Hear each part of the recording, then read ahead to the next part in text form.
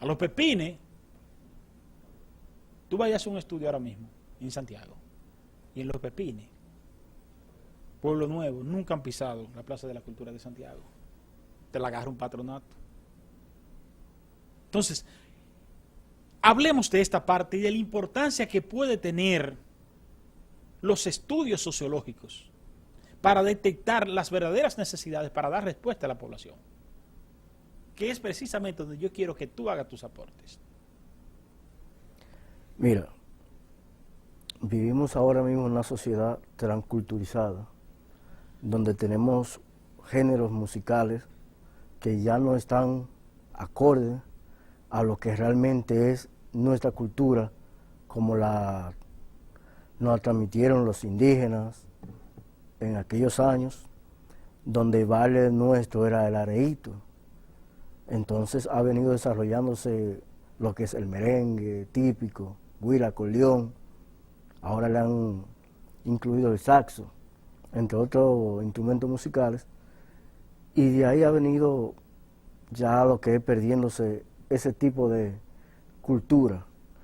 Tú ves que en las emisoras, en la televisión, carecemos de un merengue. Usted va a una discoteca, ya no ponen un merengue, no ponen una bachata de esas que se hacían en aquellos tiempos, que la gente le decía paupérrima. Ya hay bachata que realmente no sabe si son bachata o si son salsa, porque ya ha degenerado el ritmo. Y cuando digo transculturación, vienen los géneros musicales como el reggaetón, el rap, aunque hay que hacer una crítica que también hay un tipo de este género que es crítico a los problemas sociales. Pero lo que se vende en nuestro país es el que te incita a la violencia, a la drogadicción, al enseñar armas, a decir que si yo no en un año no me hago millonario y me doy un tiro. Eso es lo que le estamos vendiendo a través de la radio y la televisión a nuestros hijos, a esa sociedad que necesita realmente una dirección para que podamos ver qué podemos hacer realmente para reorganizarnos de nuevo y ver que lamentablemente en las calles, en los barrios, usted ve que hay distintos jóvenes en las esquinas con una juca, escuchando ese reggaetón a alto volumen y pensando en nada.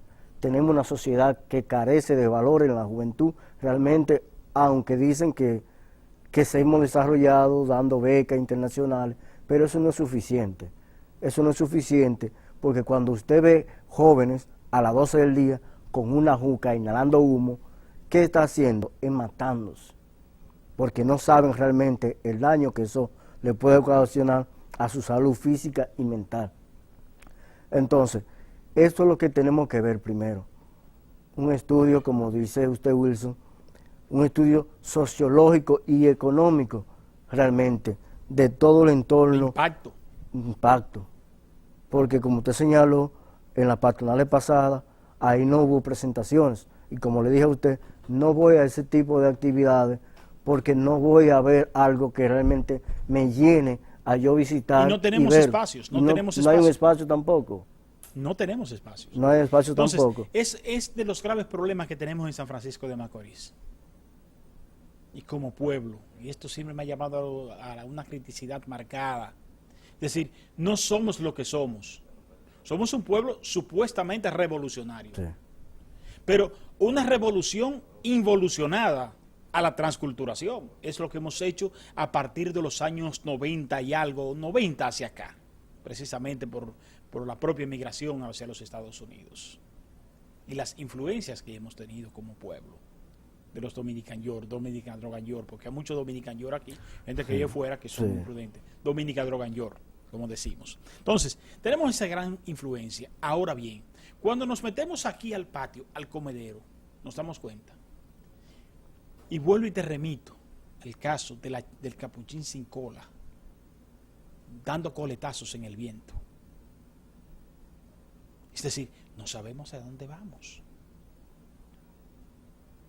Si tú coges, y en un momento, en uno de los estudios aquí, yo vine, llamado por los amigos Vargas, a una mediación, y estuve ahí presente, Y yo ver de un lado nuestras autoridades y de otro lado ver nuestros dirigentes populares y decir, en medio está mi pueblo, es grave. Porque lo primero es que tenemos una gran debilidad. Nuestra provincia no es voluntad política de ninguno de los gobiernos que hemos tenido en los últimos años. Tú no has visto un funcionario de importancia designado de San Francisco de Macorís. Que le duele el pueblo. Que le duele el pueblo. Que le duela. Que le duele el Que pueblo. que se hagan cosas que con el paso de los años diga, coño, eso fue una obra que ha generado desarrollo para la provincia de Duarte. Por ejemplo, y yo no comulgo con él, cuando Hernán Salazar fue de la OISOE, Sí, ¿verdad? El Palacio de Justicia y ese centro polideportivo se construyó sí. en ese momento, y mismo se remozó la parroquia San Martín de Porres. Es decir, en ese pedacito ahí se vio un resurgir. El gobierno está presente, es decir, hay una obra de importancia. Pero aquí lamentablemente, tú ves que los gobiernos tampoco vienen aquí. Antes aquí veíamos en el desfile el presidente Fernández, que por lo menos ese día venía. Ya. El de ahora manda. Manda, delega. Delega funciones. Y en un momento fueron tan irreverentes, y te lo está diciendo un PLDista, en un momento hubo un nivel de irreverencia tan marcada, que la señora vicepresidenta salió, porque tenía que ir a despedir al presidente que se iba del país, y tenía que ir a despedir a la base aérea de San Isidro. Y dejó el desfile en honor a Duarte. Es decir, un acto de irreverencia. Óigase, mi hermano, mire que a mí yo me sentí ofendido y me retiré. Y no porque ella se fue. Ah, no, se fue la vice, yo me voy. No. Un acto de irreverencia. A esa carretera Nagua. A esa carretera de Nagua. ¿Qué es más importante todavía que hacer esa? Mucho más importante y más productiva. Más Sí. sin embargo, esta la quieren hacer. ¿Por qué? Entonces, ¿qué poder hay detrás del trono que motiva a esos dirigentes populares a incluir dentro de un pliego de demanda una carretera con una visión financista y mercurial de latifundistas políticos, que son los que están motivando esa construcción?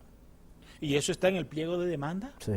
de las organizaciones populares, eso está en el plan de demanda del Consejo de Desarrollo de la provincia de Duarte. El poder económico. De los, no social, sino económico. El poder económico. Entonces, ¿qué me va a generar? Nada, absolutamente. Yo no escuché y no estuve en el pliego de demanda la habilitación de la zona franca de San Francisco de Macorís. Que vienen a hacer se van a construir unas naves ahí, pero es privado, va a ser ese proyecto que hay de zona franca. Incluso van a hacer un semi-home parecido, más allá. Más allá. Sí, con bienes económicos privados. Privado. También. Entonces, esa es una parte que vamos a analizar ahorita, la inversión privada. Yo quiero que nosotros entremos en esa parte. Pero analizando primero esta parte, vemos, ya hemos mencionado la carretera que va de aquí a Río San Juan. Y me gustaría que ellos se sentaran conmigo para que me la vendieran, esa carretera. Y que se sentaran conmigo y me la vendieran. Me convencieran. Voy a venir neutro aquí. Convénzame de esa carretera. Dígame todos los beneficios. Yo soy más beneficio de esa carretera que ellos mismos. Porque esa carretera, si me lo hubiesen vendido para sacar los rubros agrícolas que se producen en La Vigía y Arroyo el Toro, alta producción de ñame, de yautía y de mapueye, yo te podría creer. Si se creara una vía de acceso, que es casi imposible crearla, para empalmarla con la Sabina, para transportar los rubros que se producen en los invernaderos, en el firme de la brisa, yo te lo creo. Más fácil. Pero decirme a mí que es para ir a Río San Juan, no me la van a vender. Entonces, esa obra yo la descalifico como parte de una demanda que justifique la paralización de labores durante 3 días en San Francisco de Macorís. Y sobre todo, las pérdidas, que la vamos a evaluar, las pérdidas de esta huelga, comenzando por la vida de mi amigo Vladi, que no debió de haber muerto. No debió de haber muerto. No debió de haber muerto. Entonces, Tuber murió porque se hizo una huelga, ¿verdad? Sí. Por una carretera que no es verdad que nosotros necesitamos y que en nada va a beneficiar al pueblo de San Francisco. Murió por una circunvalación que siéntense ahí y vamos a analizarla, que va a aislar a San Francisco de Macorís. ¿Tú sabes aquí por qué debiésemos estar peleando? Por empleos. Creo que uno de los más altos índices de empleo lo tiene San Francisco de Macorís.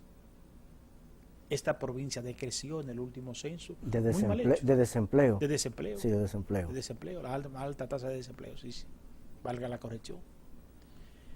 San Francisco de Macorís, con un censo mal hecho, como fue el censo, pero decreció. Decreció. ¿Producto de qué? De la desesperanza de la gente, que no viene de otro pueblo a vivir a Macorís y que los de Macorís buscan la manera de cómo salir de aquí. Mi hijo me dijo que va a estudiar para Santiago, yo estoy feliz. Cuando yo quisiera mejor que mi hijo me dijera voy a estudiar aquí, más barato, Sí. más económico, y yo con un muchacho aquí. Porque yo quiero que salga. Para evitar la estrechez mental como nos manejamos en San Francisco de Macorís. 3 días de huelga en un pueblo. Muerte. Una muerte innecesaria a toda luz. De una persona muy trabajadora, muy honesta. Un futuro para San Francisco de Macorís. Vladi me hizo recordar la muerte de mi amigo Salvador Tenitén, compañero de estudio del liceo, porque yo soy producto de la educación pública, yo no soy producto de la educación privada, soy producto de la educación pública, porque es lo que te decía ayer, yo tengo un espíritu revolucionario, no anarquista. Yo estudié en colegio. Tú estudiaste en colegio. Estudié en colegio, pero soy egresado de la UAS. Eres egresado de la UAS. Decía un proverbio que nosotros teníamos en la UAS, todo aquel estudiante de la UAS que siendo estudiante de la UAS no es comunista, no tiene corazón. Pero aquel estudiante de la UAS que después de haber salido como estudiante de la UAS sigue siendo comunista, no tiene cerebro. Entonces, esta parte de la huelga y estas pérdidas. Yo quiero que analicemos bien eso, porque hay una doble moral en los ciudadanos franco-macorizanos y del país realmente, cuando condenamos los hechos violentos. Y veo también a esas mismas personas que condenan los hechos violentos acaecidos en San Francisco de Macorís, pero aupan a esa derecha venezolana contra el gobierno legítimo del presidente Nicolás Maduro Moro. Entonces yo digo, ven acá, hay una doble moral. Condenamos la lucha en San Francisco de Macorís, pero aupamos a esa derecha fascista, violenta y terrorista y perversa de Venezuela. Entonces yo me digo, ¿para qué ellos están condenando esto, pero aquellos levantan la bandera de la violencia? Entonces yo digo, esto hay que estudiarlo. Y he tenido, los espacios que tengo la oportunidad de esclarecerle a las personas la diferencia entre el gobierno venezolano y la situación aquí en San Francisco de Macorís. Mira, lamentar mil veces la muerte del compañero Mario Vladimir La Antigua Valdera, nieto de Mario Valdera, un gran líder campesino de aquellos años. ¿El 69 murió? Sí, del Movimiento Popular sí, Dominicano. Dominicano MPD. Y decir, persona, que está bien muerto. Eso es que hay que analizarlo realmente. La muerte de ningún ser humano debe ser aplaudida, ya sea de derecha ya sea izquierda, centro derecha o centro izquierda. La vida es el único recurso que cuando ya usted no lo tiene, no se le devuelve a nadie. Ahí deja a 2 niños en la orfandad, no van a crecerse con él. ¿Quién sabe? Porque muchas veces, a falta de un padre, también una buena madre, pero también hay que ayudarle a la madre, a la crianza de 2 niños, que como está nuestra sociedad, hay que ver hacia dónde van. Y los aportes que Vladi pudo haber hecho Claro. en vida. Entonces, la huelga, el llamado, las autoridades, las organizaciones, debieron buscar la solución previo a estas demandas. Creo que el señor Juanito, el gobernador, le falta respaldo de su partido, le falta apoyo de su partido. Una gobernación donde no hay recursos, en esa gobernación no hay recursos. En No ninguna hay gobernación hay recursos, mucho menos en esta. No, entonces, si no hay recursos financieros, tampoco va a haber ese apoyo del Estado, del gobierno, de sus compañeros de partido, para que esto se desarrolle. Y creo que si ellos hubieran querido que esa huelga no se dice, denos un compás de espera mínimo. Este compás de espera que dieron ahora debió darse previo a la huelga, para que luego entonces, si ellos no cumplían, entonces sí, vámonos a la movilización, vámonos al paro, porque ese es un proceso que vino, ellos hicieron piquete, ellos hicieron marchas, ellos hicieron mechonadas. Es un proceso que se hace antes de hacer el último recurso, que es la huelga. Entonces, no se la atendieron. Como dije, el alcalde anda vendiendo que está trabajando, no está trabajando. Lo que está haciendo es una ampliación sobre la muy bonita, que la cuestioné en su momento porque achicó ese parque de los mártires. Cuando solamente lo que hubiera hacer una desviación de las vías. Mártires de San Francisco de Macorís que dieron su vida. Entonces no creo que por qué achicarlo, sino darle forma y vida a ese parque. Entonces, queremos cuestionar solamente lo que luchan. Como usted decía, si no existieran los grupos de presión o grupos sociales, como lo decimos en política, tuviéramos lamentablemente, y dado la redundancia, lamentablemente comparar a San Francisco de Macorís con 2 provincias que son más viejas que nosotros.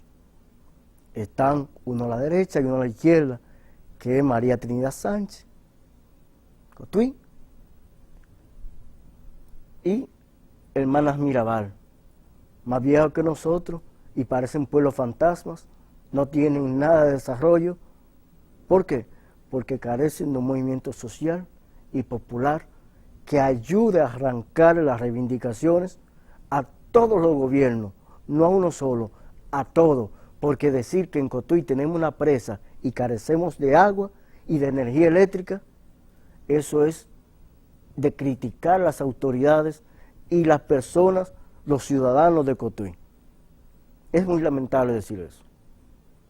Y entonces ahí es la importancia del movimiento social y popular y los grupos de presión, como lo decimos.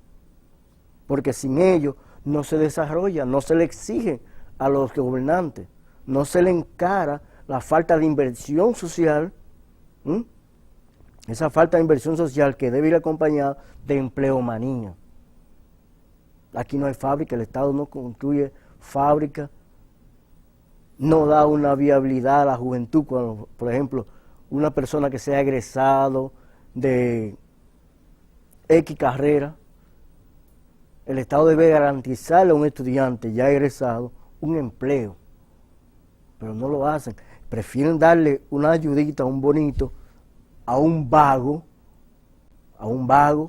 5,000 pesos le damos a un vago, que creo que son 32 millones que el gobierno paga a ese tipo de ayuda a personas que no hacen nada, para estar en una esquina pensando en qué hacer, muchas veces atracar, pero reciben su ayudita. Mientras un joven egresado de X universidad sale a la calle y mucho usted lo ve como taxista, conchando, encormado porque le ayudan sus familiares. Como secretarias. Secretarias en transnacionales, como son las empresas que tenemos acá en San Francisco de Macorís, que usted va y lo primero que ve son esos jóvenes egresados que por un sueldito están aguantando los males sociales que nosotros vamos a estar incomodados porque un servicio de teléfono o que me están cobrando de más por un artículo y tú enfrentar a esa misma clase tuya.